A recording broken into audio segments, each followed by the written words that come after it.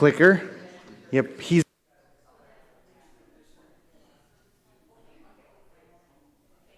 we good back there? All right.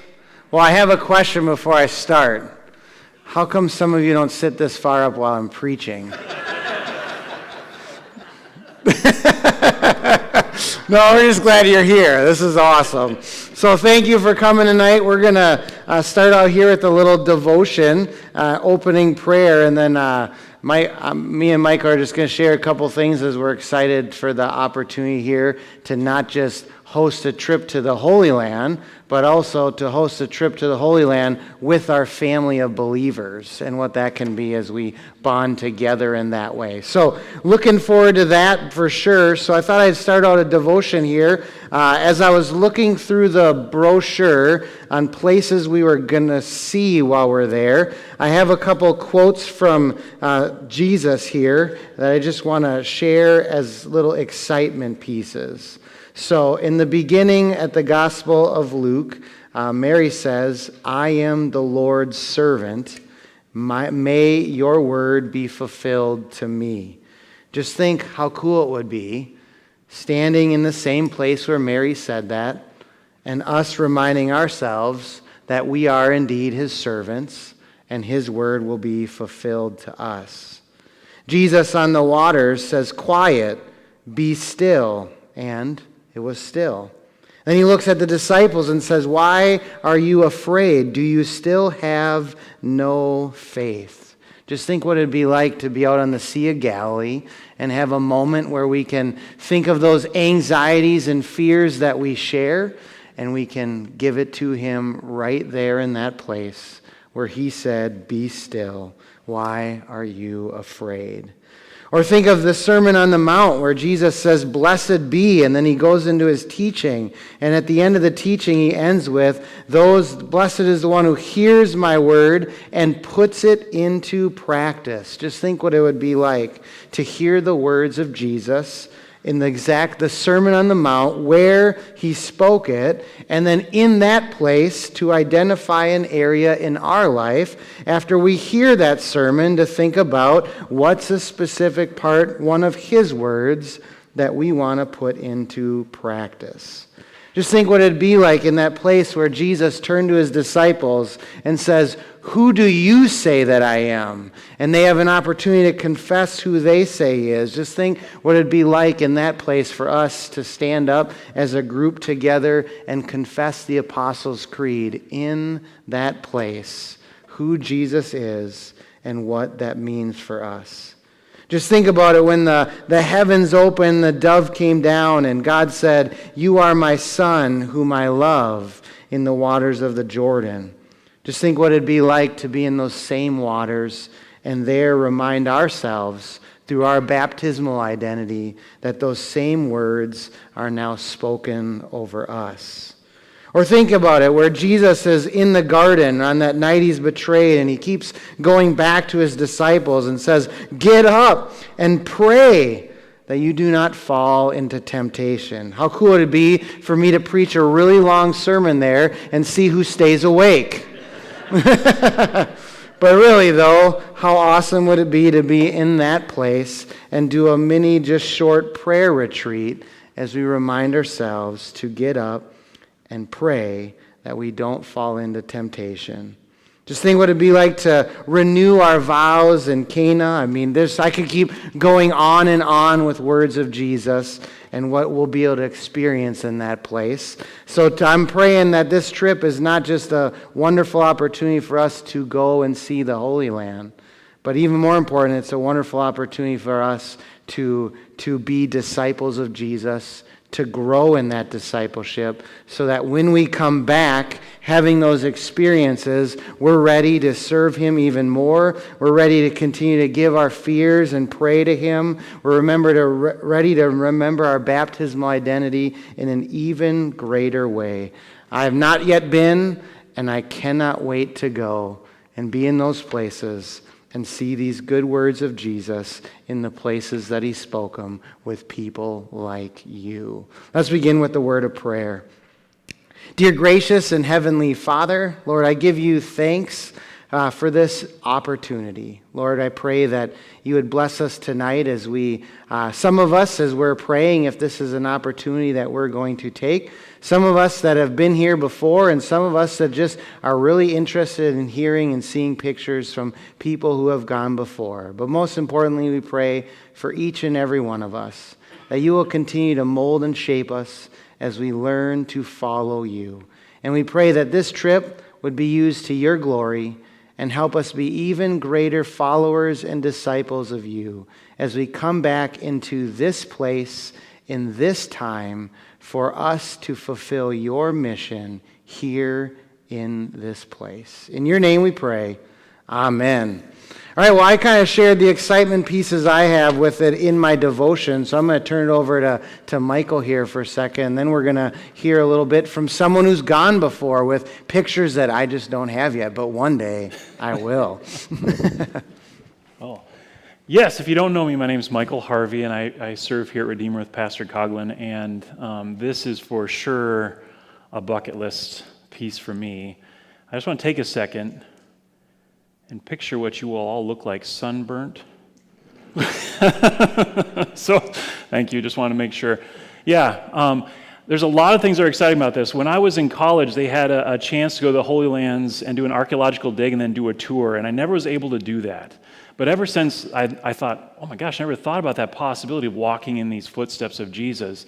It has just been something that I've just been urging for, just longing for to do, to walk in those footsteps. I did have a chance in 2008 to head over to Russia. That seems like a very big tangent here, but what I'm getting at is when I was in Russia with we were doing something with my family. My sister-in-law and brother-in-law were getting twins there, adopting, so I was going along to kind of help in that process, and I got to walk across Red Square.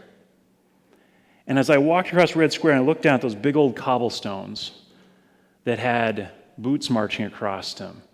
Incredibly important historical figures, maybe on the other side of the wall that America was on, but at the same time knowing what history landed there, right? And that was such a short history compared to what you guys are going to get a chance to see and what we're going to chance to see together. And for me, when I was listening to Pastor Coughlin share in his devotion all those connections, all those footsteps that we'll be walking in, I don't know about you, but that just got me more excited for the possibility and the opportunity that we're going to have. The other part of the devotion that I totally agree with is I have taken a lot of groups on a lot of trips in a lot of different places. And I've seen what that does to a group, where you don't just go to get from A to B, but even the journey is part of the trip that grows you closer. The time there that you're sharing in an event and an experience that only you guys are going to share together. And when you go back, you get to have that experience. And what is even more awesome is what Pastor is doing is you open up the scripture and you go, I was there. I was there. And I remember when Dave did this. and remember when that happened to Larry, right? Or Sandy, you have all of this put together, and we get to share that together with our Lord. And so super excited to have it. And I'm excited to see the pictures that are coming up next from Pastor Jim.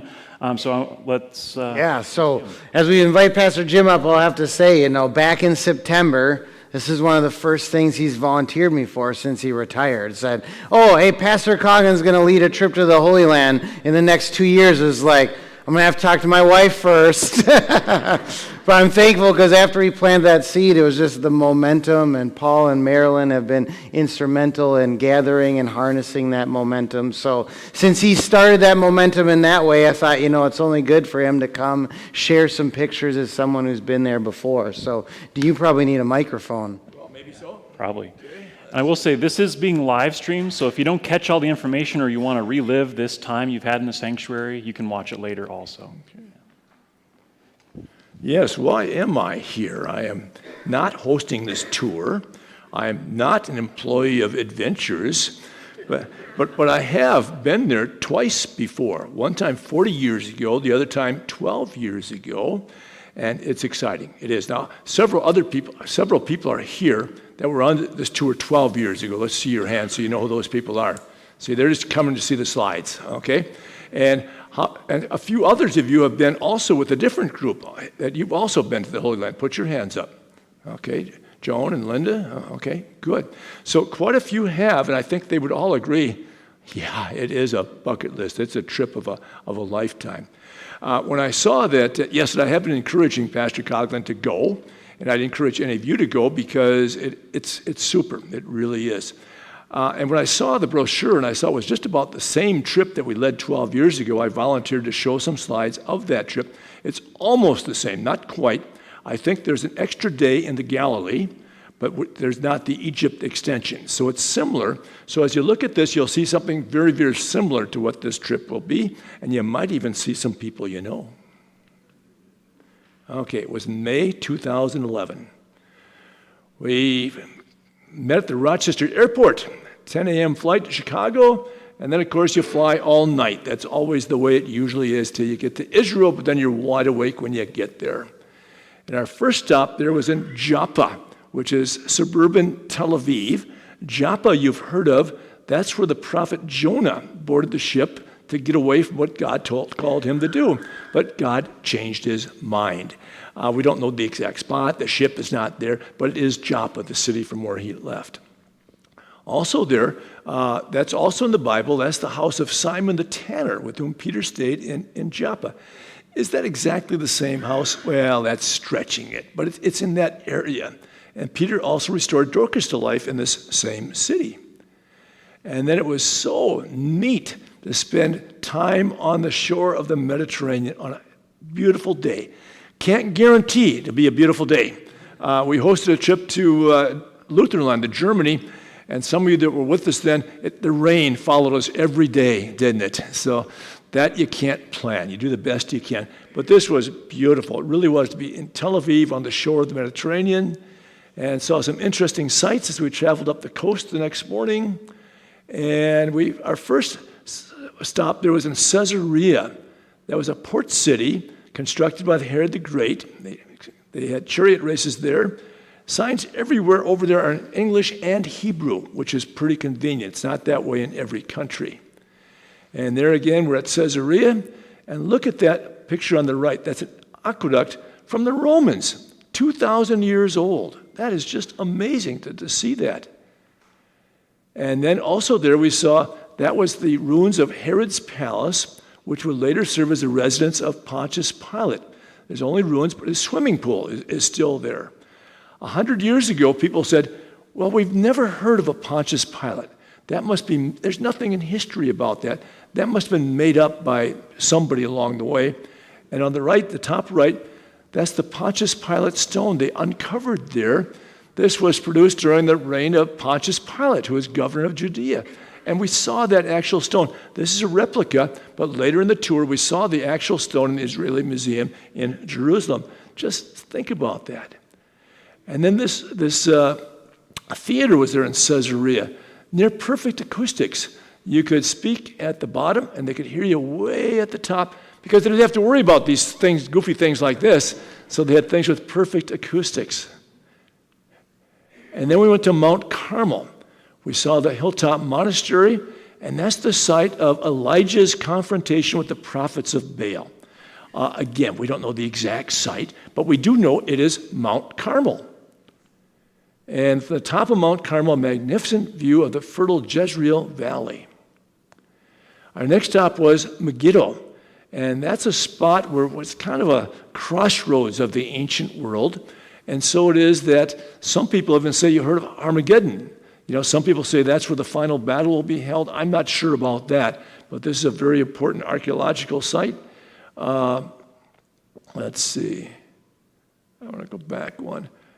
On the left there, that round spot, that was a pagan altar where they sacrificed human beings. To see something like that, and you, wow.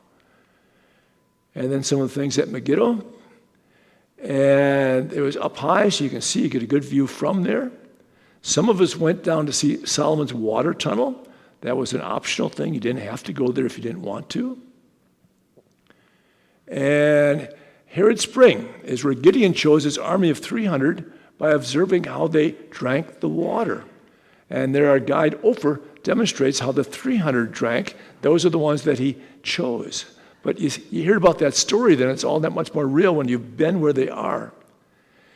And then we visited Beit Shean, one of the cities of the Decapolis, frequently mentioned in the New Testament. I think it was last Sunday in Bible study I mentioned, it's this place that's mentioned in the Old Testament, that Solomon's 3 sons and Solomon were hung by the city gate there after they were killed.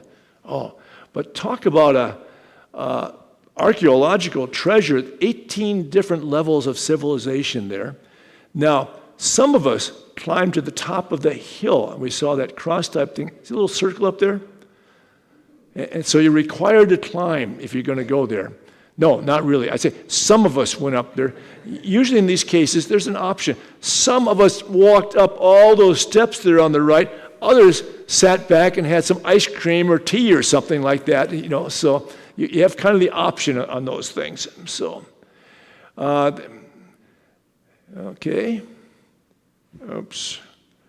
And there, they had hot water flowing beneath the floor of the Greek bathhouse to make it warm, to see some of that stuff that was there 2,000 years ago.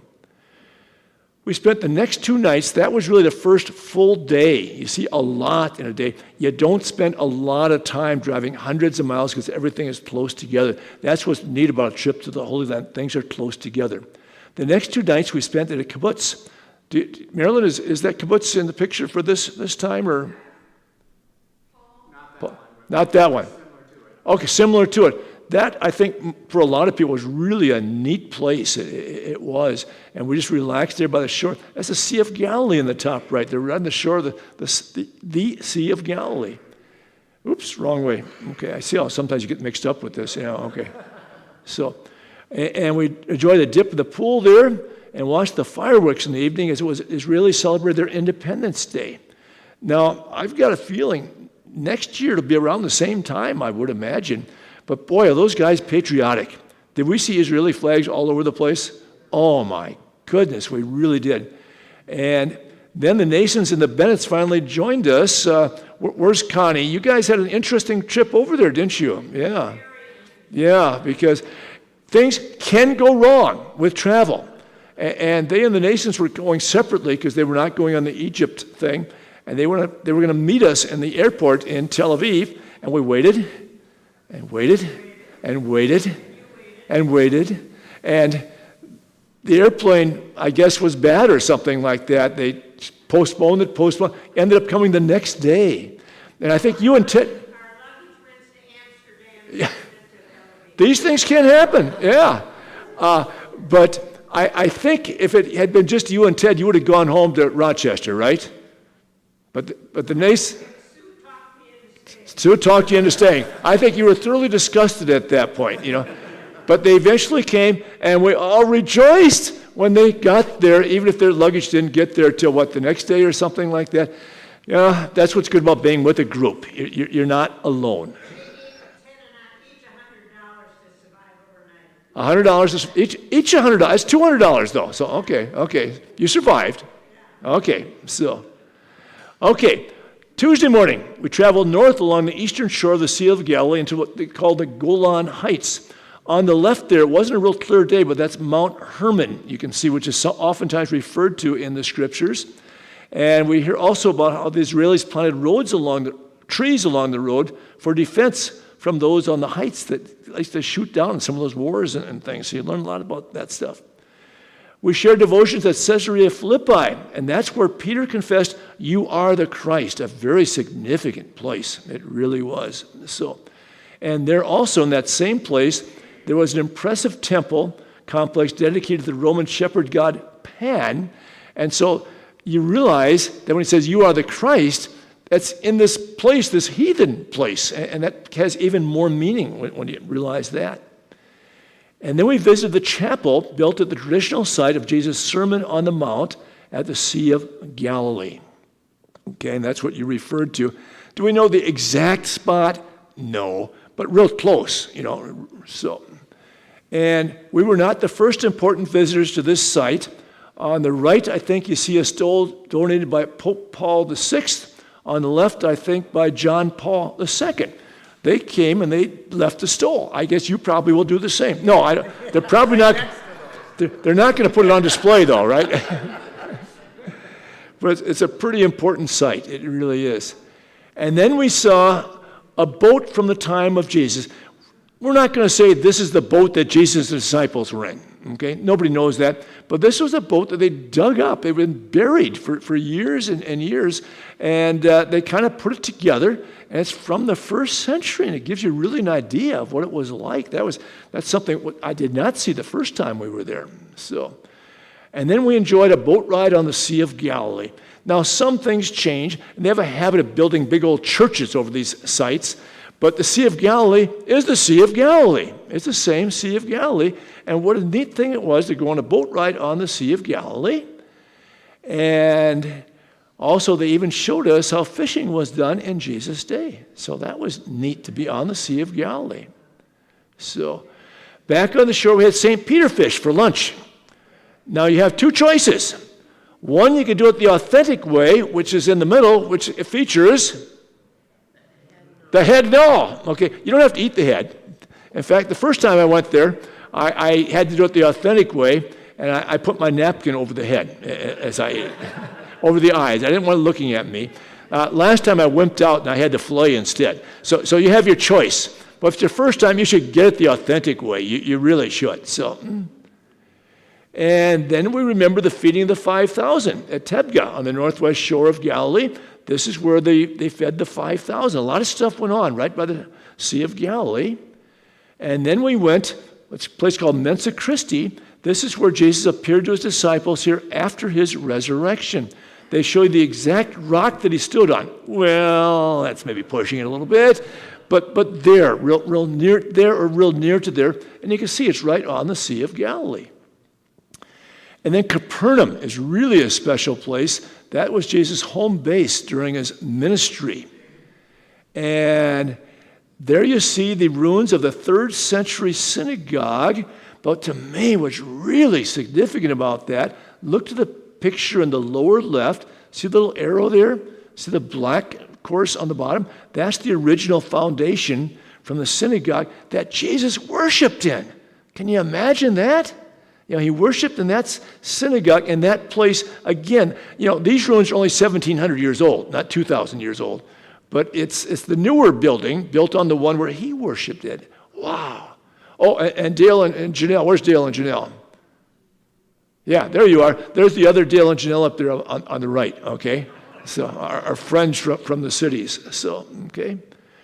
And they built a modern church over the ancient octagonal church, but they'd been built on the site of Peter's house. Wow, is that ever exciting to see that?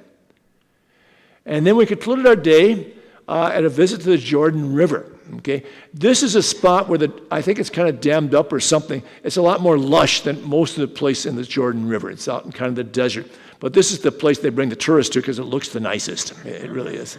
And actually, Jesus' baptism was probably further south near the Dead Sea. But this is a nice place, and it really is. You see on the left side there, some people go over there to be baptized. Okay? Now, I don't think you're going to encourage people, unless they haven't been baptized, they could.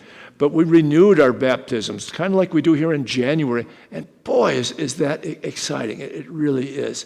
And then also, you've got to bring a little bottle or some kind of container to get some water from the Jordan River to bring with it. Cheap souvenir, it really is.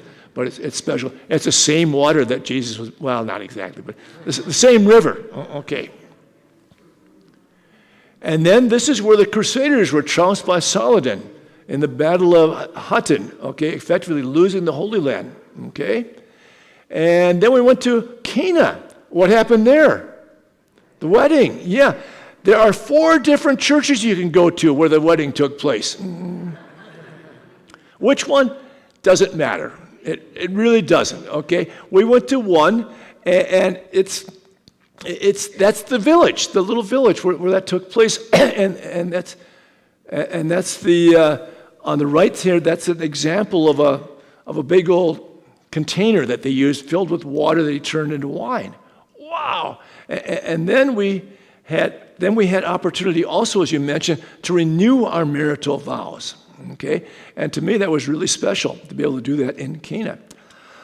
Excuse me. Yep.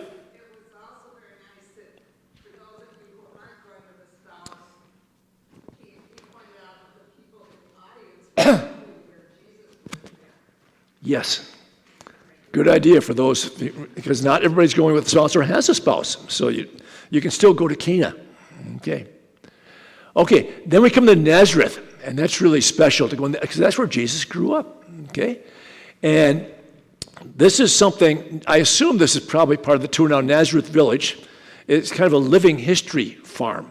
And they've got people there and such. It's kind of like the way it was back in, in Jesus' day. So we saw some people there reenacting it and such, threshing and milling wheat. You can see some things like that, the way it was in the first century.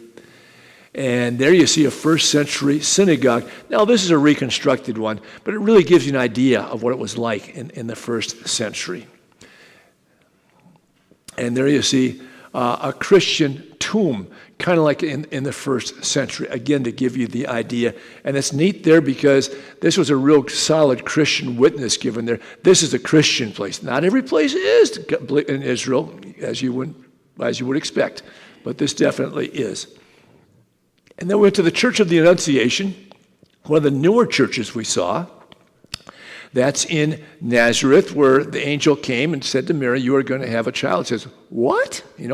Well, nothing's impossible with God. And on the lower level is the traditional spot of the Annunciation to Mary. On the left side there, you can look down. That's the front of the church, and you look down and you see the lower level. I think they were having a mass or a service or something down there. And again, is it the exact spot? I don't know, but it's Nazareth. It's close. It is.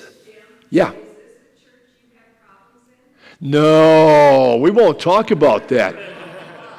Actually, we will, because Marilyn will make sure that you know about that. I know.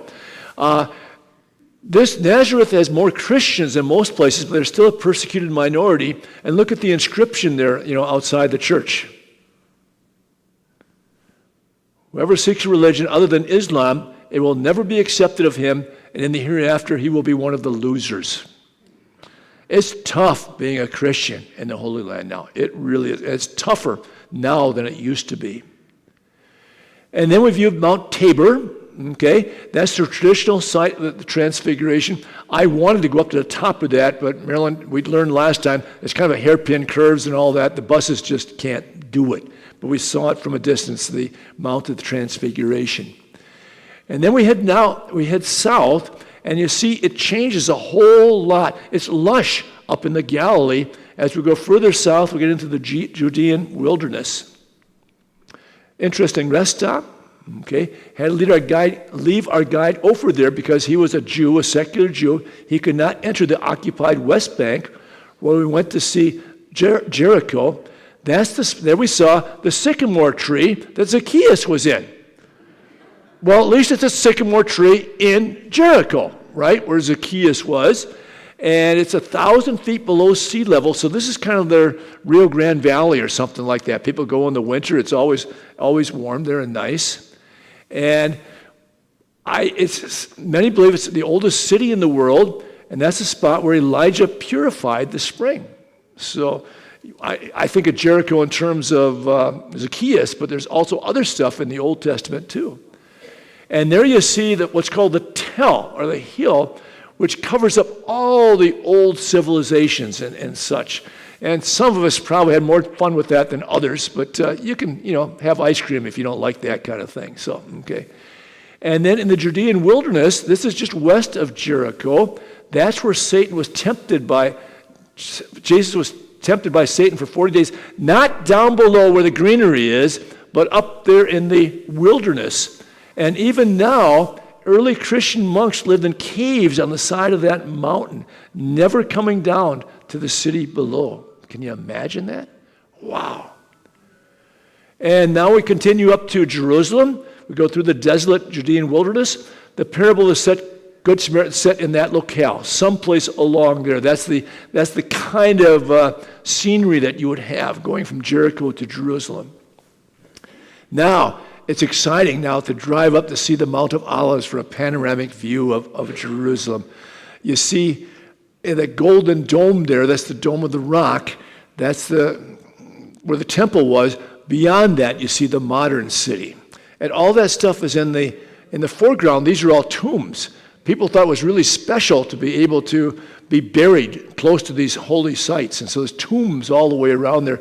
This is actually taken from the Mount of Olives. We visited the Pater Noster Church, where you see one of the places where Jesus shared the Lord's Prayer. And the Lord's Prayer there is shared in all kinds of different languages. And now it was time to visit the Temple Mount, held sacred by Christians, Jews, and Muslims. On the south side of that, archaeologists have explored the ruins of the city of David at the south end of the Temple Mount. From 1000 BC, they're discovering more and more things there. The Temple Mount is a leveled area of about 40 acres on top of Mount Moriah, where the Jewish temple stood in Jesus' day. And this is the Dome of the Rock, which is, again, a Muslim shrine built on the site, they believe, of where Abraham was willing to sacrifice Isaac. Of course, they say it's Ishmael. The first time we were there was 40 years ago. We could go inside that. But since then, I guess the Muslims have gotten upset at the Jews and the Christians. We can't go inside there anymore. No, we can go around the grounds and such, but can't go inside there. But it's still there. This is the Mosque al-Aqsa, which is very important to the Muslims. That too is part of the Temple Mount today. And then we follow the route that's believed, where Jesus believed to walk on the way to Calvary. And where there are lots of tourists, what do you find? It's the way it is, wherever you go. There's lots of tourists. Somebody needs to earn a buck or whatever. You see the Minnesota Twins t-shirt you could buy there? Did somebody buy one? Did they told us that? You got a Vikings one, okay. Yeah. Okay, good, okay. Yeah, there's an opportunity to buy souvenirs, okay. Church of the Holy Sepulchre, built in the 12th century upon the traditional site of Jesus' crucifixion and burial. It's old and crummy looking, but I guess if we were almost 1,000 years old, we'd be old and crummy looking too, wouldn't we? And unfortunately, there are 6 different groups that have different parts of that, and they don't really get a lot of Christian groups, and that's kind of sad, but so be it. I did give Marilyn grief already that in that brochure, it says this is the Lutheran Church of the Holy Sepulchre. It is not Lutheran. It's Christian. The Lutheran Church of the Redeemer is real close to it, kind of across the street, but this is Christian, but this has been there a long time. Yeah. Okay. Yeah, of those 2 windows up high. See the ladder? Yeah. The one on the right, if you look right below it, there's a ladder. Yeah, I don't have a pointer on here, but yeah, it's the middle of the 3. One group put it out there, and then they've been fighting for years as to who takes it. Over 100 years. For a lot of years. Who has jurisdiction over that section? Yeah, it's crazy. It is. It's not Christianity at their best. I heard about that, so I had to get a picture. Oh, yeah. And again, not exactly Lutheran looking. Some of these Greek Orthodox, they're a little fancier than we are, and so be it. And on the left side is the edicule, which is the structure. It's within, under the dome, where supposedly Jesus' tomb was actually in that place. Again, is it exactly that place? Well, I'm sure it's close, because back in the 300s, Constantine became a Christian, and his mother Helena went to the Holy Land and kind of followed up on all these traditions where all these things had happened and such, and they kind of passed it down from father to son, where these things actually took place. And then we actually had time to reflect and eat. That's always a good part of these trips. And this is a Crusader building on the traditional side of the upper room. Again, that building's only 1,000 years old. It's not 2,000, but it's a traditional site. See? And this is King David's tomb. And again, that's 3,000 years old. And, I kind of question that one, but it reminds us that King David's buried somewhere around there. And this is St. Peter Gallicantu, built over the side of the high priest's palace where Peter denied Jesus. Now, that's a big old church, but what's really significant to me is we went down below into the dungeons. That's where Jesus was kept probably at least for several hours, that night after he was arrested in the Garden of Gethsemane. And we could walk around down there and see that thing on the top. That's how they dropped the prisoners in, through that hole in the ceiling. We didn't have to do that. Now we could get down there. But we could see the way it was then. Oh, but that's probably where Jesus was, in that dungeon. That's just mind-boggling. And then these are the stairs outside the palace where the Sanhedrin was supposed to have met. And now, back in the 1900s, a fellow by the name of Gordon said, well, that Church of the Holy Sepulchre, that's ugly. And it is, okay? And it's not Lutheran. No, he wasn't Lutheran. But he said, on the north side of the city, there's a spot that looks kind of like Golgotha, which means what? The place of the skull. And look on the right there. Can you kind of see it a little bit? He says, maybe that's where it took place. Now, I think the evidence from that is probably a little weak, but that's a lot nicer place, isn't it? Because there we could see a tomb from the 1st century, and to look in there is just amazing to be able to do that. And let's see, did I miss something? Yeah. And then also, in the garden there, we had a tour, we had a Holy Communion, service of Holy Communion, and that was really special to me. That you got to do that. You got to have communion there in Gordon's Calvary, because it's just memorable. And then there was an optional after dark tour. This is not the way Adventures usually does it. We've been on quite a few trips with Adventures, and one thing nice about them is, the whole thing's included. A lot of other tour companies you go with, well, you buy this tour, you buy this tour, you buy this tour. This was unusual. I think it was the company there, they offered an after dark tour, which most of us went on, and it was worthwhile. It really was, to see Jerusalem at night. And this was the Western Wall in the evening, and they were installing or commissioning new soldiers. And so it was really busy. That wall was part of the original temple that was there when Jesus was there. Now, that's not the temple itself. That's the retaining wall around this whole area, but that's the only spot that's still there. So it's very special to the Jewish people, sometimes called the Wailing Wall, because it reminds them that the temple's not there, so they wail. But to see that was special. Yeah.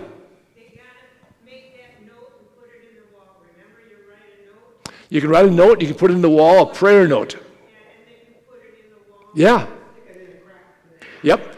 Now it's probably a chauvinistic thing, but the guys got to go underneath there and see the real stuff, because males could go there, females had to stay, they had their own, they kept them in their place over there. So now we don't make those rules. That's the Jewish people do that.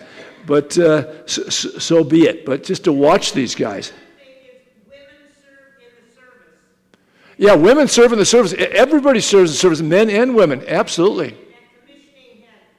Yes, it's required. Women have to serve 2 years. Yeah, not quite as long as men, so there's still a little difference, I think. So, okay. And Friday morning, now we set off in our armored bus for Hebron on the occupied West Bank. And you see the wall that you hear about. We had to go through the wall to get to Hebron. And there we saw the tomb of the patriarchs. Now, this is where we find buried Abraham and Sarah, Isaac and Rebekah, Jacob and Leah. Now, obviously, it wasn't that fancy when they were buried there, right? This was, I'm not sure when this was built, but this over their traditional graves. I think it's the cave of Milk, an M word anyway, is where he buried, because he didn't own any land back then, but this is where they were buried. And this is a Jewish enclave in the midst of Palestinian territory, so security is very tight. You have to go through a metal detector and all that business. And then we return to Jerusalem and visit. This is the Lutheran Church of the Redeemer, okay? Next to the Church of the Holy Sepulchre. Some of us climbed the steps of the tower for a great view of the city, and we look down, we see the little ants down below, which were the other members of our group, which didn't want to climb all the stairs, but that's up to them, okay? You can do it, or if you want to.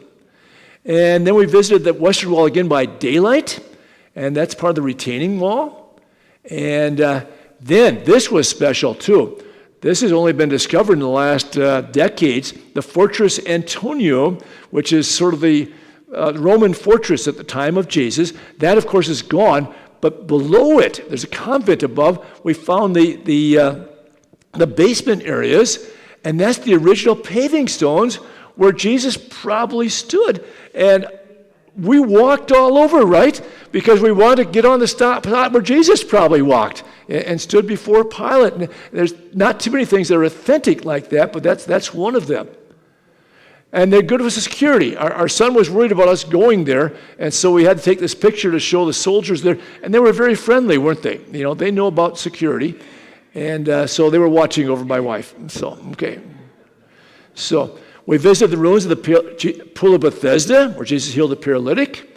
St. Anne's Church marks the spot where Mary's mother was born, right by Bethesda. I kind of wonder about that one. So be it. Beautiful acoustics inside. Beautiful place to sing a hymn. And returned to the hotel. Reminded that Shabbat had begun. Some elevators are programmed to stop on every floor during the Sabbath, because it's considered by some, the really ultra-Orthodox, to push a button is work. And so they stop on every floor so you don't have to push a button. It's interesting, some of these things. And then we set off for the Mount of Olives on Saturday morning. The Garden of Gethsemane is one of the more authentic sites, too. I won't try to tell you these are the actual trees that were there. These trees are only 1,000 years old. Okay? But it's in the same area, and they're probably taken from some of the saplings or seeds or something from the trees that were there when Jesus was born. This is a beautiful church of all nations in the garden. Is that the actual rock that Jesus knelt to pray on? Well, near there. Anyway, this is the Garden of Gethsemane. And then we drove by the Knesset. We didn't go in there, didn't need to. Okay? And then we visited the Shrine of the Book, which houses the Dead Sea Scrolls. And that, to me, is really special to see some of those Dead Sea Scrolls, 2,000 years old manuscripts of the Bible.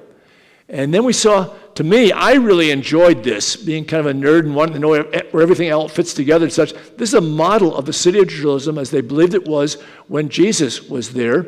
It's huge. It's about the size of our church, isn't it? What'd you say about that? Yeah. But it really kind of gives you the idea of what it looked like at the time of Jesus. And boy, I just took pictures left and right and such. And after lunch, we headed for Bethlehem, which is in the occupied West Bank. You got to go through the wall again. And we visited the home of Palestinian Christians, Michael and Carmen Zugby. Is that planned again? Is that right? It is, okay. And it was interesting because our guide was a secular Jew, and we heard from his perspective as far as this Jewish-Palestinian conflict. But then we went there and we heard from the side of the Palestinian Christians how tough it is for both of them. And who are the good guys? It's tough. There's problems on both sides. There really are. So it's a challenging thing. And I'm glad I don't live there, because it's tough to be a Christian right now in the Holy Land. It really is. They're glad to take your money and sell you souvenirs, but otherwise they don't want you to move there. Now we're on the way to see the 4th century Church of the Nativity. And the church is way at the far end there. And notice the door. See the door? I've got a circle around it. Now on the right, you see the actual door.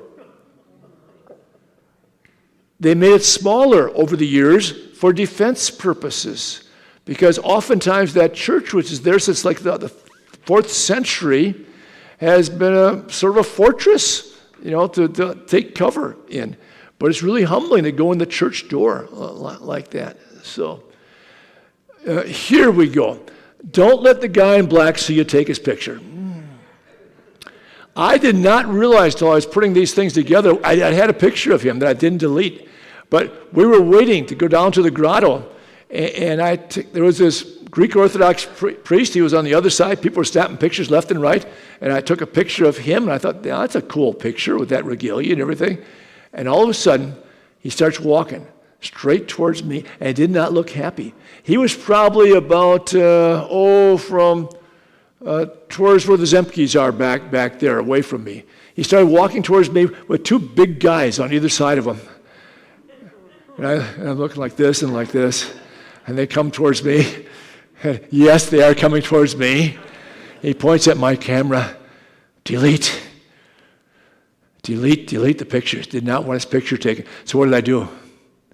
I deleted the pictures. I thought I was never going to return again.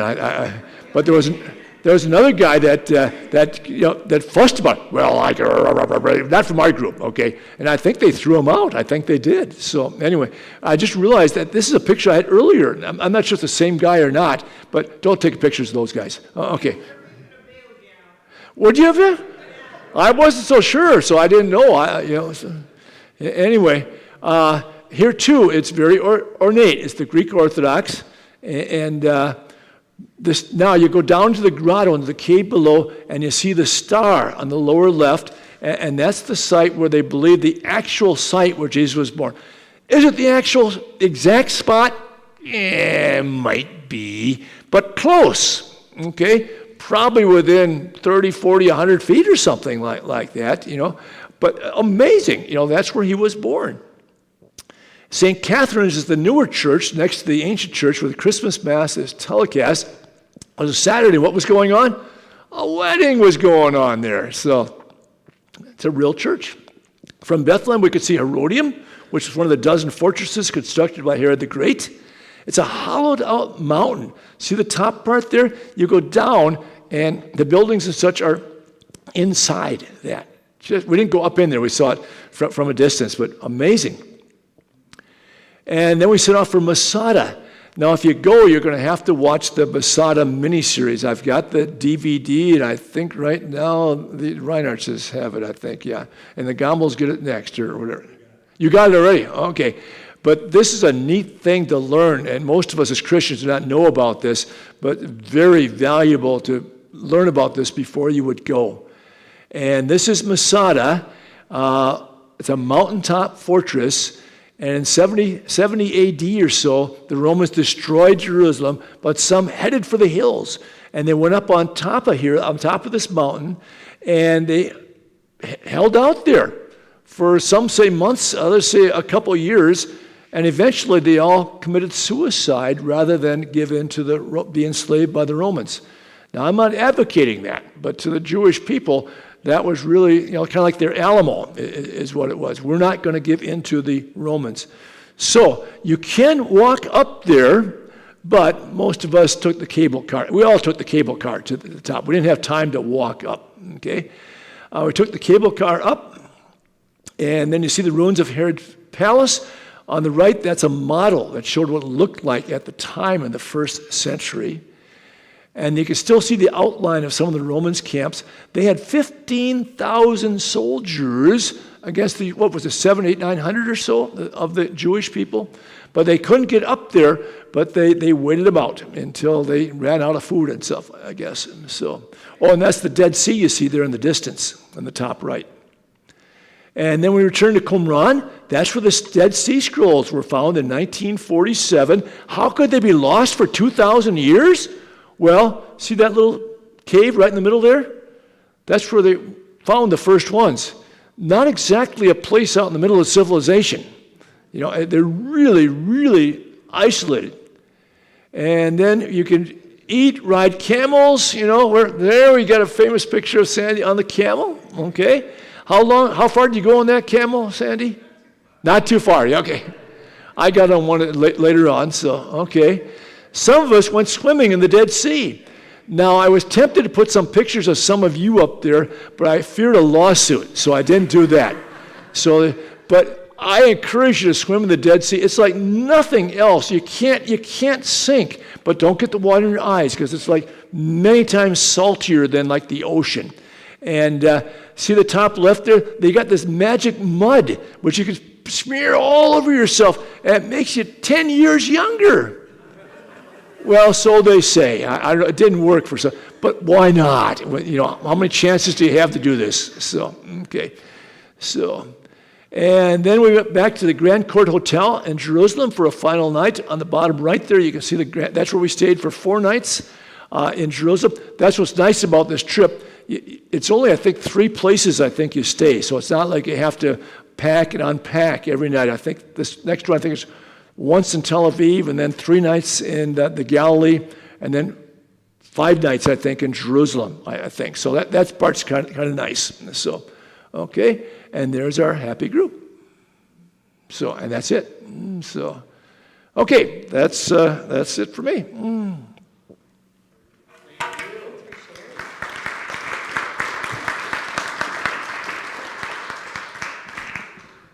As I was watching that, I'm like, one day I get to do that with my own pictures. Thank you very much.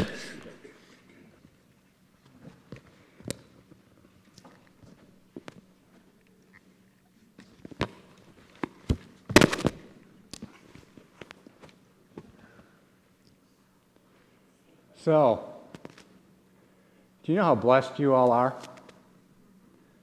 Did you hear Adam? Did you hear Michael? Did you hear Pastor Jim? You are really blessed. I sat here the whole time wishing I had this whole thing recorded because I'd never have to give up and talk again.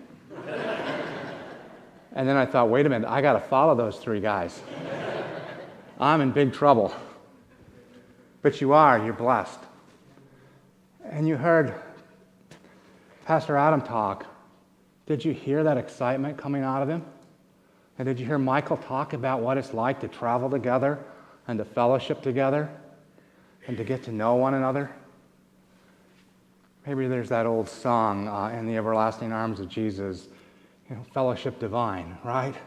What a joy. How fortunate you are. And did you see the history that Pastor Jim walked you through as you travel through the Holy Lands? Jesus stands the test of time, and it testifies to that as you go through there. I've lost track of how many times I've been there, but every trip I will well up in tears somewhere along the way, just with the presence of the Holy Spirit or something that spoke to me. Somebody says, why go? And I used to have a pastor that we'd see each other 4 days out of 5 in the local coffee shop. And he'd come and he'd talk to me. And I told him one time, and I couldn't believe I said this, it's a good thing he was a friend, or he might have been insulted. But I said, despite all your seminary, you don't know anything yet. And he looked at me, I said, until you've been to Israel. Well, he called me. He called me one day and said, I'm going on a mission trip to Africa. Can you get me to Israel? And I said, I'll take care of it. The morning after he got off the plane back in Minneapolis, he found me in that coffee shop, pulled up his chair, and he said, now I understand what you meant. You heard that in Pastor Jim, too. All that he learned, all that he knows. Well, do I have a... Here it is. Let me keep going here. And Down is forward. This one. Yep, gotcha. There you go. Let me keep going. And I'm not going to cover all these slides in detail. I'm just going to give you a little bit of a logistics of where we're going because Jim gave you a lot of detail. And most of what he said I agree with. But I don't know how Marilyn got the Lutheran Church of the Holy Sepulchre in that brochure either.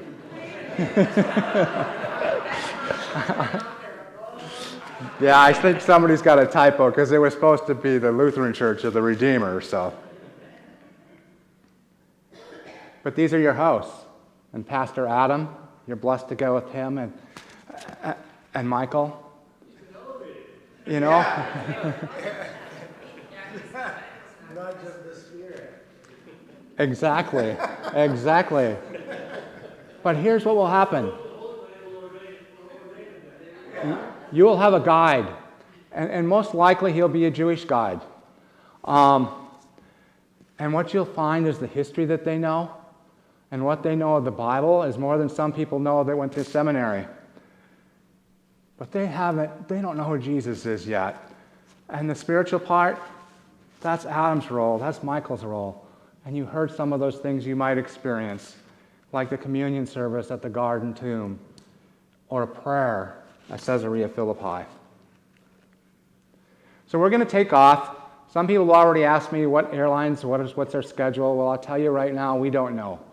We won't know until about the end of May because that inventory is not available.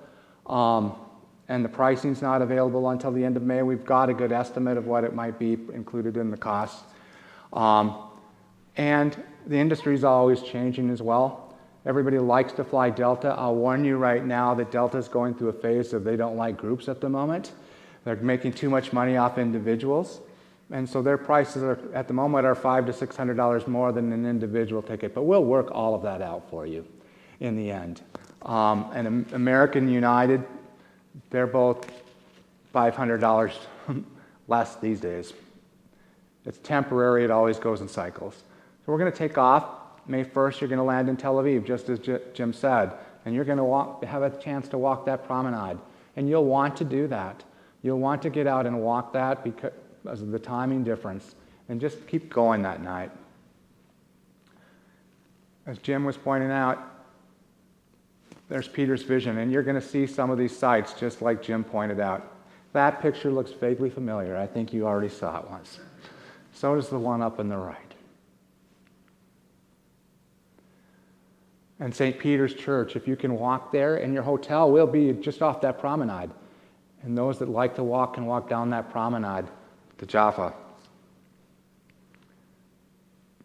People ask me, what are we going to eat? Well, you'll have a buffet in most of the places you go. Lots of things to choose from. The one thing I will tell you in advance, and those of you that have been there before know, if you want bacon with your breakfast, you're not going to get it. It's not there. In fact, it's a kosher country. And kosher means you're going to get your dairy in the morning and you're going to get your meat at night. And if you go into the McDonald's, Maryland will disown you. But just in case you do go into the McDonald's, in the front is one counter. That's where you get your dairy. In the back is where you pick up your burgers. So it's a kosher McDonald's. You spend that first night and you wake up, and then you're going to go north towards Tiberias. And there's your buffet breakfast. If you like salmon or fish or vegetables, just about anything you can think of is there but meat. Jim already talked about this. And the interesting thing is you gain many different insights, right? Sometimes, does anybody like theater? That theater's there at the crossroads of the Ottoman Empire, of the Roman Empire, of the Christian Empire. And you wonder, what's the role of the theater? And Jim already pointed out Pontius Pilate there. People will ask, how much do I walk? And I'll cover that a little bit more further. But one of the things that will happen here, if you look at that picture down below, and you can see the circle there, that's the theater. When you get off on the coach and you walk in the gates, you walk maybe 25, 30 yards, and you're into the theater and you can walk around. Those that choose to can walk I just lost the correct word, but the palindrome. You can walk where they raced horses and chariots up to the other end, and the coach will pick you up on the other end. Those that don't want to walk, that distance is maybe a quarter of a mile from one end to the other. And it's easy walking. It's flat. If you want to walk and there are things to see along the way, you can. But otherwise, you can come back out to the coach. The coach will meet you on the other end. There are a couple days that will require walking, and I will cover them when I get to them. Jim mentioned Mount Carmel. We'll skip through that one. Scripture does come to life.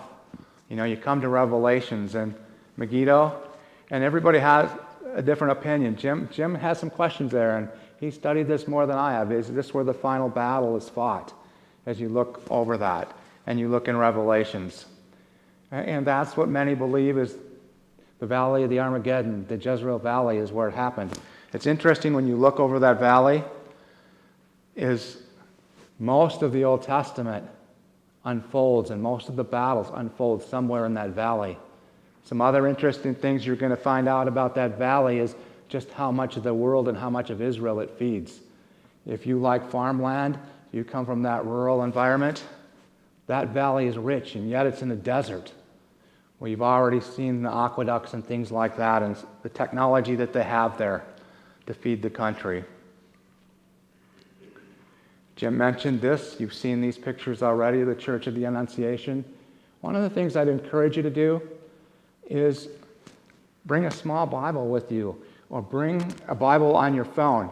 Now, with your phone, You do not want it, you want to use it on Wi-Fi, or you can download an app onto your phone, because if you're connected over there, it's going to cost you a lot of money.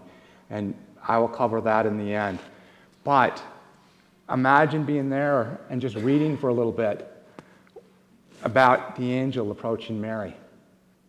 And think about that for a minute. I have a question for you. You can even answer it if you've been to seminary. Did Moses ever cross the Jordan? Well, can I ask a question then, Jim? Who was up on the top of Mount Transfiguration with Jesus and James and John?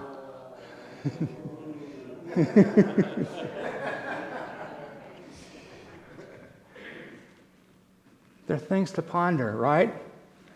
And the spirit of Moses maybe was up on top of that mountain. And again, that's a rich, rich valley. And Cana, Jim talked about that. You're going to come up to the Sea of Galilee. You're going to go out on the waters and it'll be still. And the good thing about where you're going is you're going to be there in May. There's not likely to be rain. You're likely looking at high 60s to high 80s. If there is rain, here's the blessing. You get to see the desert come to life. And it will be short. But you get to see the desert green up. And that's really cool, unlike that Lutheran trip that he took in Germany where the rain followed him around. So the desert will come to life.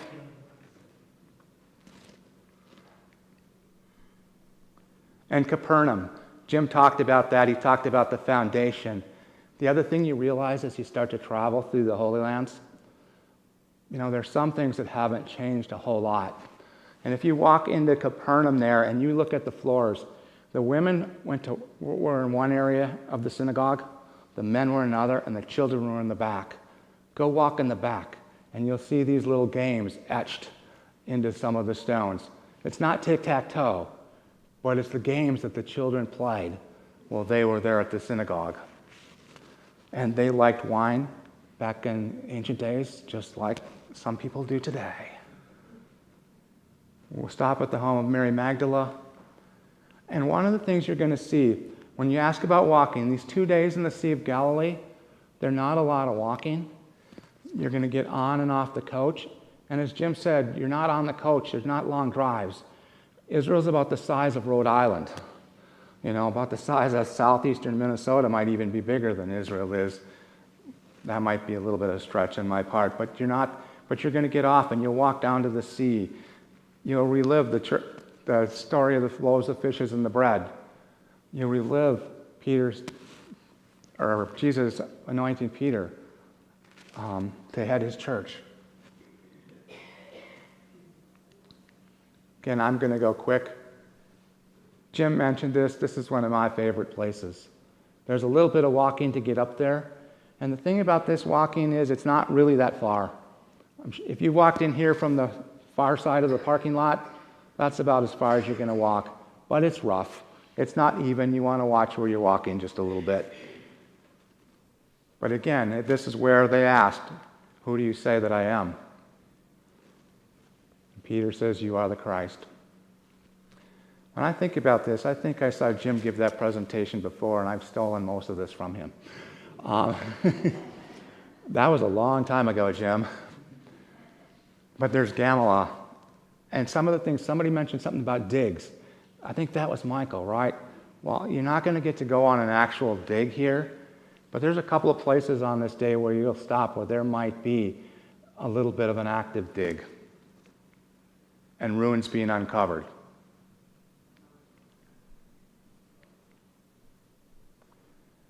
As Jim pointed out, Yardnet is not the right site. It's way to the south, and both Jordan and Israel will argue about what side of the river John was standing on when he said, or when the voice rained down and said, "This is my son with whom I'm well pleased." But that site's likely to the south. But it's the same water, and it's fed off the Sea of the Galilee.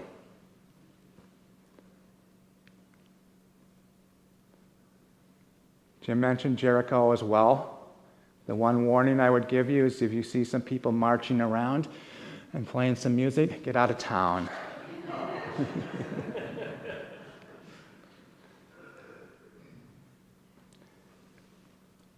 Those are the cemeteries. You're standing up on the Mount of Olives. And some of you may want to take the opportunity to walk all the way down and over to the gate. Most of you will take the bus. Jim pointed out that those are 1,000 years old, and rightly so. Wherever there's tourism, there's always a scammer. If somebody tries to sell you one that's 2,000 years old, do not pay for it. It's not real. It doesn't happen very often, but we've had it happen to one person. But it also gives you a chance to recall Jesus there praying, Father, if it's your will, right? And the disciples that fell asleep.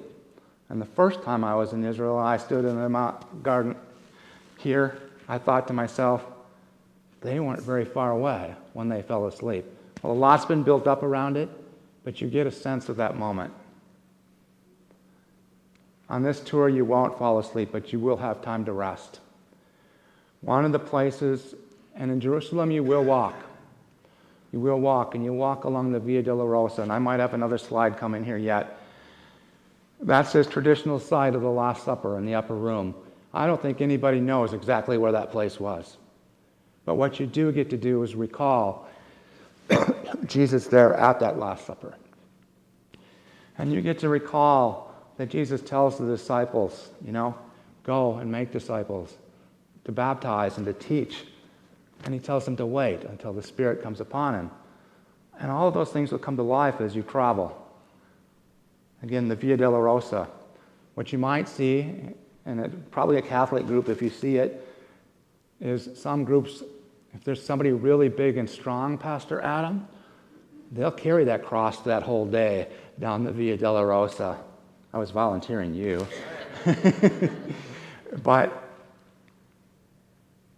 And the Church of the Holy Sepulchre. Now, this is the day that you do walk quite a bit. You're not out there marching 10 miles like you would in the army. You're stopping and resting. You're stopping and seeing things in the marketplace. You're going into St. Anne's Cathedral, and what Jim didn't tell you is you will all sing in perfect harmony inside of that place. You can't mess it up. The acoustics are perfect. But I once took a lady. She had 2 artificial knees and an artificial hip. She was there with a group of nurses that we took there, and her daughter had brought her along. She was from Omaha. And she'd been on her feet. She'd gone through the airports. She'd gone through 9 days of touring. She'd gone through all of Jerusalem, and she got to the end. And she's right down here in the bottom right-hand corner. There's a little step. And she said, I'll just sit here. And I said to her, well, I'll sit with you, Dorothy. No, you go inside. And I said, I've been here before many times. I'll sit with you. So I sat down beside her, and I asked her a question. And I said, Dorothy, how's this trip been to you?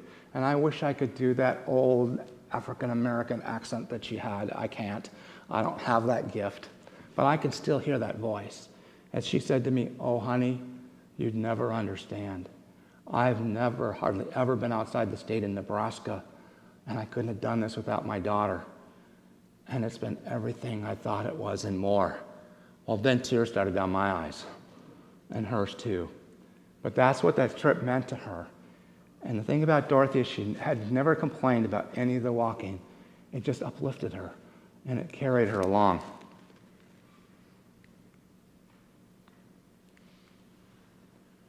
Jim mentioned Qumran and the little cave. You'll get to stop there. You're not going to walk all through that, but you'll get to see it. And Masada, Jim talked about Masada. He told you that story. Read it. One of the things Masada does is it helps you to understand the Israeli mentality. And Jim talked about Michael too, right? And you get that mentality as well. But the Israelis, they're inscripted. The first thing they have to do is walk. And you can do this, but you're going to take the tram up. You're not going to. But when they're inscripted, they have to walk all the way to the top. And they're told the story of Masada when they're first enrolled. And you begin to understand the mentality that they have. Because that story is really about what freedom meant to those Israelis. And it's ingrained into the Israeli mindset. Your way up, by the way, is in the upper right-hand corner. Just don't look down if you're afraid of heights. I think Jim was much better looking in the picture he had there.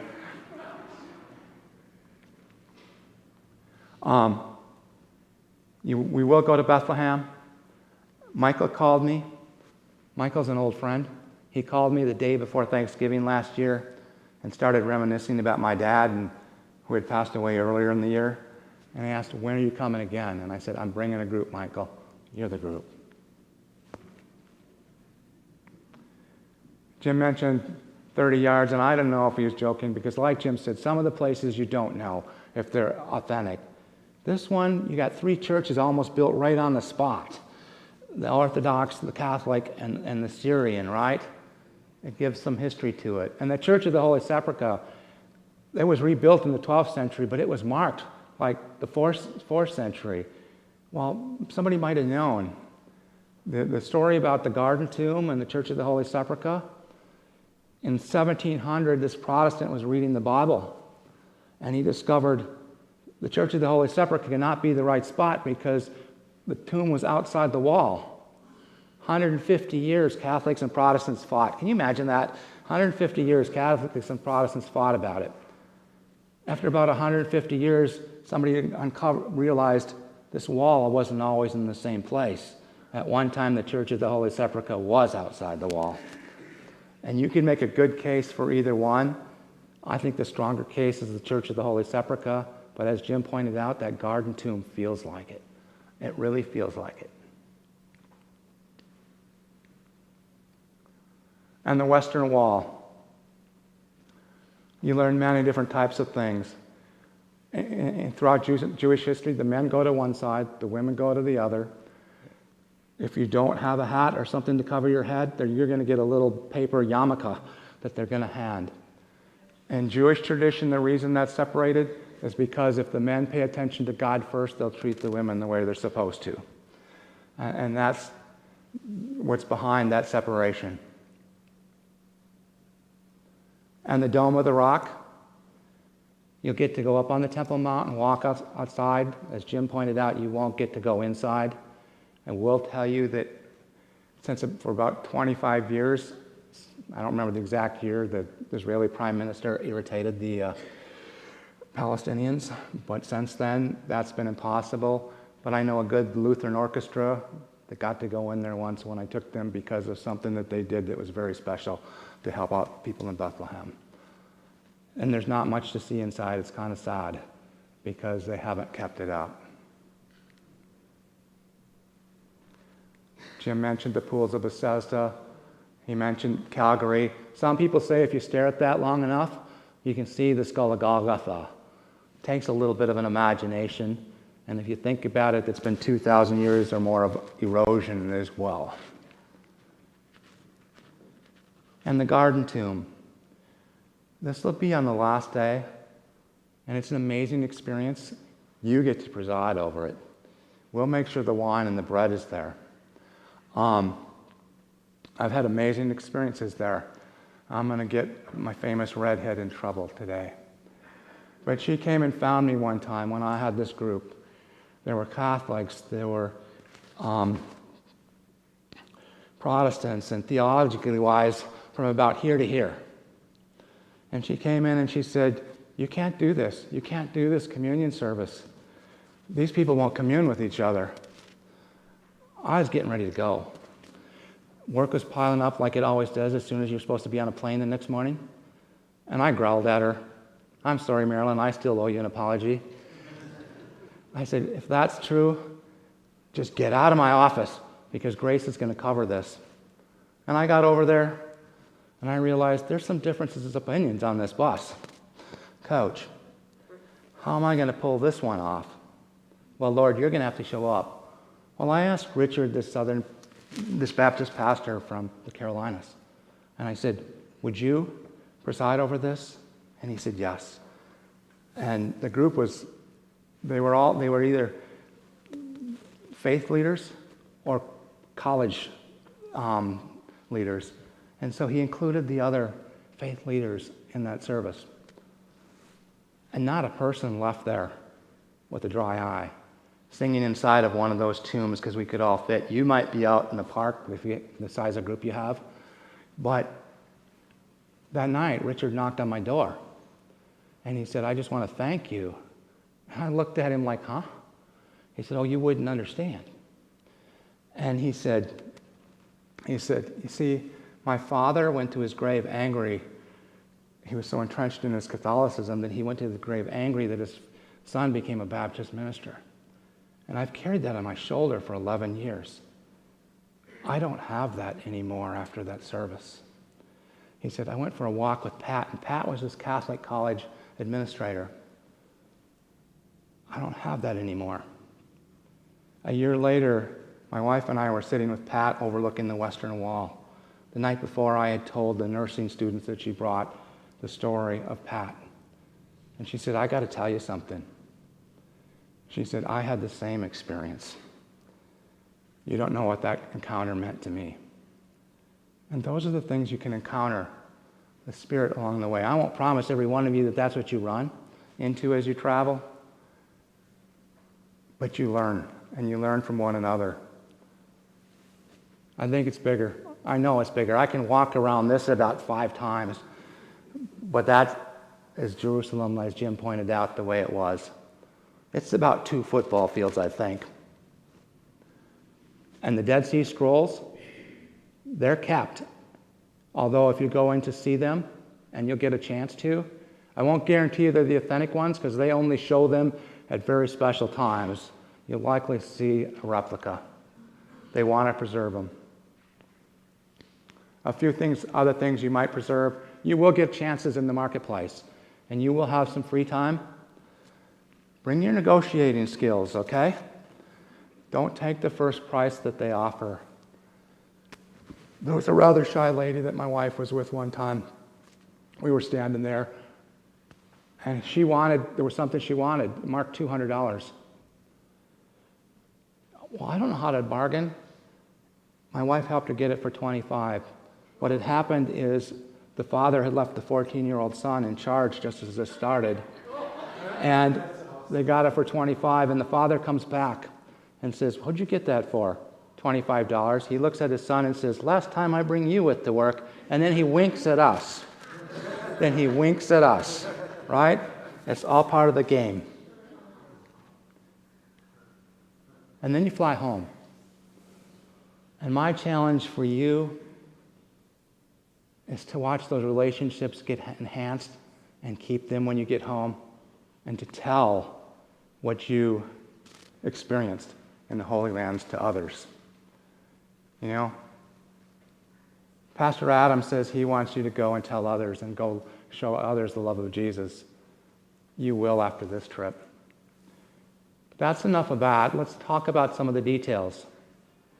Right now, the airfare is estimated. We'll know the actual airfare right around 330 days before so middle of June is about when we'll know the actual airfare. One of the things that's included in this one that's not included in a lot of tours, we're going to take you by coach from here. If we can get the park, if they don't have the streets, so the coach can come in this parking lot, we'll pick you up here. And we'll take you to the Minneapolis airport. Otherwise, you might be north of town at a pickup point. But up to the airport and return. The accommodations, they're superior 3-star, moderate 4-star accommodations. You'll be in the kibbutz along the Sea of Galilee.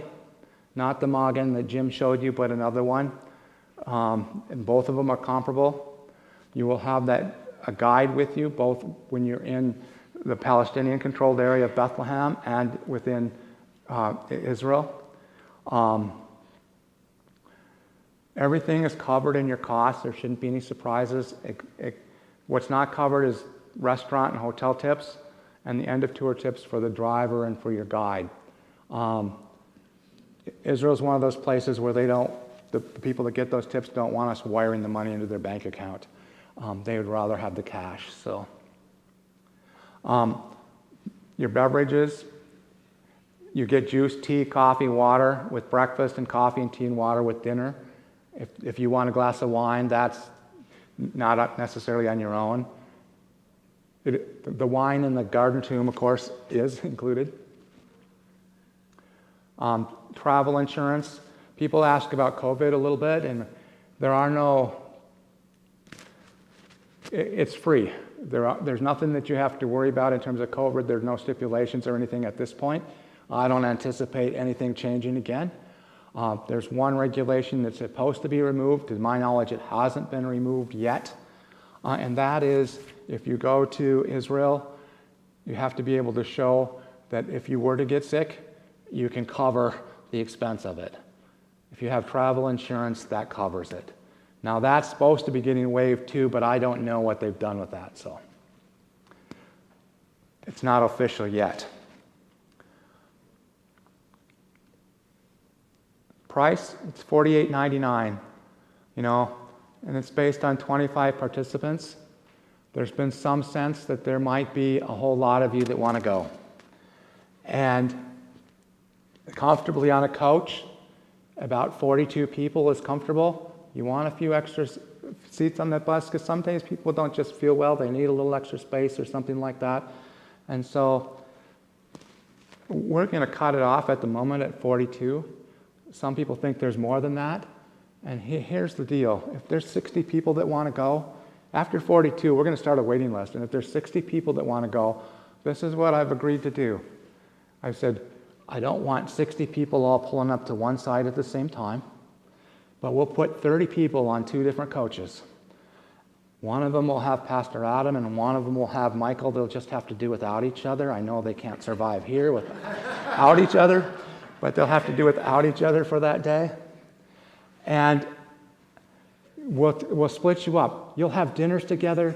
You'll have the garden tomb ceremony together, but you won't all necessarily arrive at the same time at the same place. And you won't have 60 people walking through Jerusalem line by line. But you'll be broken up into smaller groups. And so that's the plan at this point. A lot of times people are really over-optimistic about the numbers. I'm sure there's 42 people that want to go with everybody that's talked to us already. But if there's really a larger number, we'll start that waiting list, and we'll find a way. The Lord knows how many people want to go. If you're staying in a single supplement, there's a single supplement that's $1,100. What it really does is means there's one person paying for that one hotel room throughout the whole trip. And travel insurance. The cost of the travel insurance is I should have pulled out my calculator and done the math, is 7.3% of your total cost of the trip. And so let me grab my phone and I'll tell you what it is if you were just paying for a double. He just did it in his head. I used to be able to do that. You got it, Adam? But what it covers is trip cancellation insurance. And what that means is if you get sick and can't go, or you have an immediate family member that gets sick and can't go, you're covered. You don't get back the insurance premium, but you get back the rest of the costs that you invested. If you get delayed, and I guess somebody in this room's had experience getting delayed, it covers some of those costs.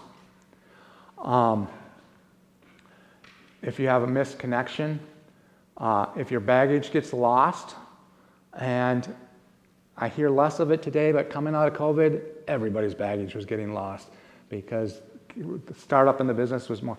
If you get sick overseas, there's about $25,000 of coverage included as well. We've had it happen one time in 50 years of history, but if somebody were to pass away on that trip, it gets your body back here. We had that happen one time in Italy.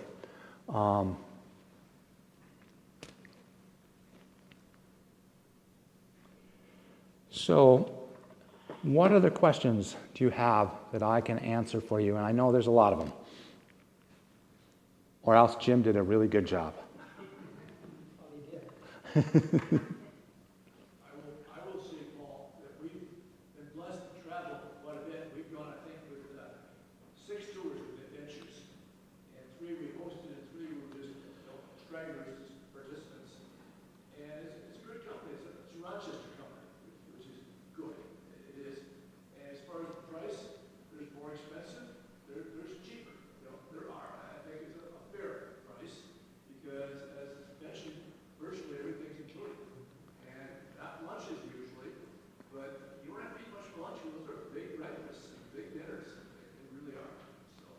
You know, and the price is up a little bit more than it would have been before COVID, because all these prices have gone up. And Israel's in such demand that if you planned this 8 months ago and you planned this 4 months ago, there's a difference in price because people want to go. And so, any other questions?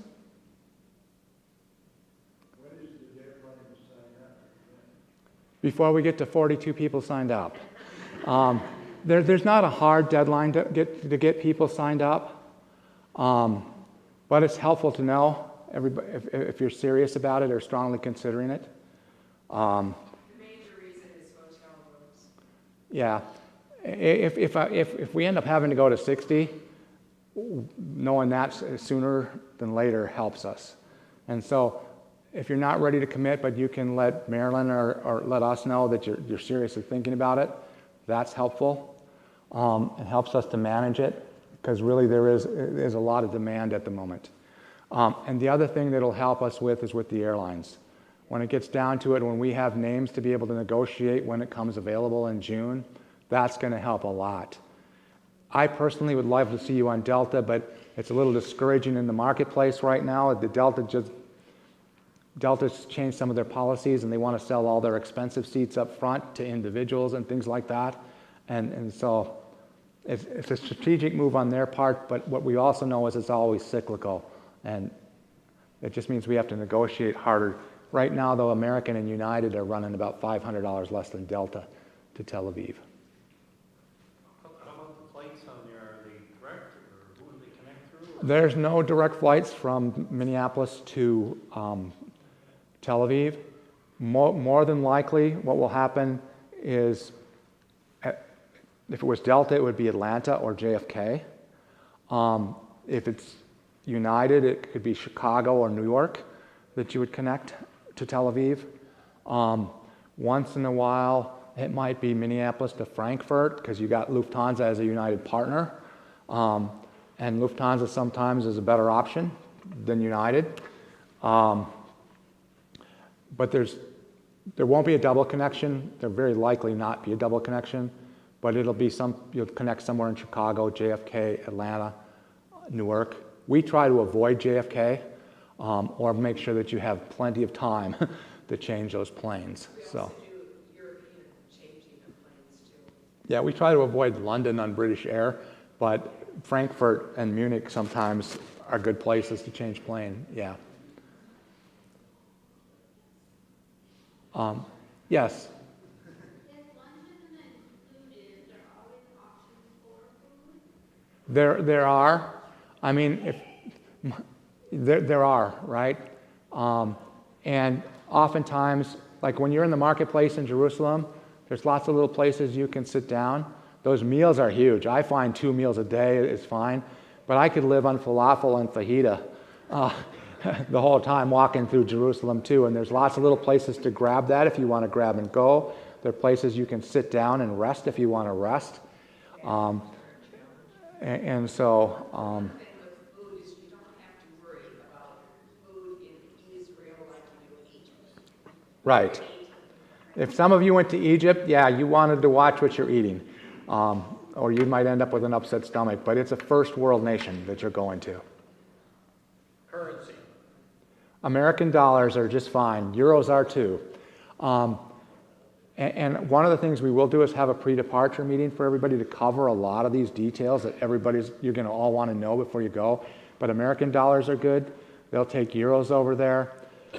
On a very, very rare occasion, you'll find some little Israeli jeweler that wants shekels.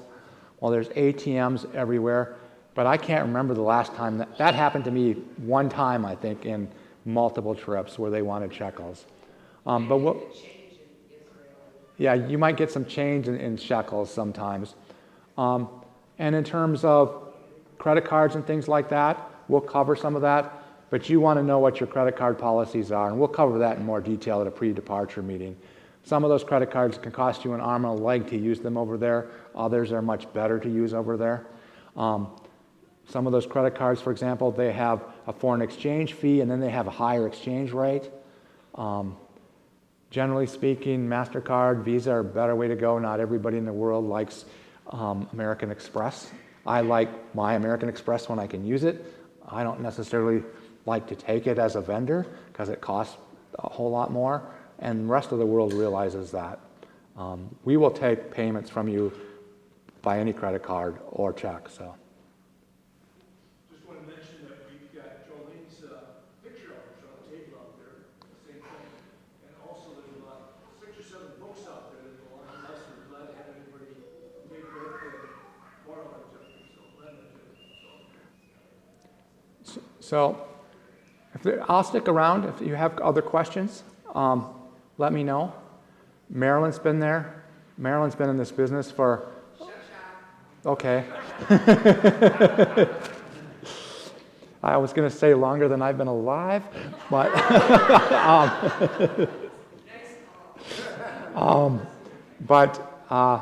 But let us know. And anybody that signs up, and you can sign up sooner, that's great. If you know you're going to go, because there are a lot of people that want to go, and we really want to know if we end up needing that second coach or not. So, well, So what was the sheet that was passed around? That was yeah, yep, just figure out who's here. yep. Okay. Well, I'll stick around. Pastor Jim, Adam, they can answer your questions. Marilyn can answer any travel question you can possibly have. So. Pastor, do you want to do a prayer? I can pray us out. I think we're down with our questions. And Not Mike. on our time.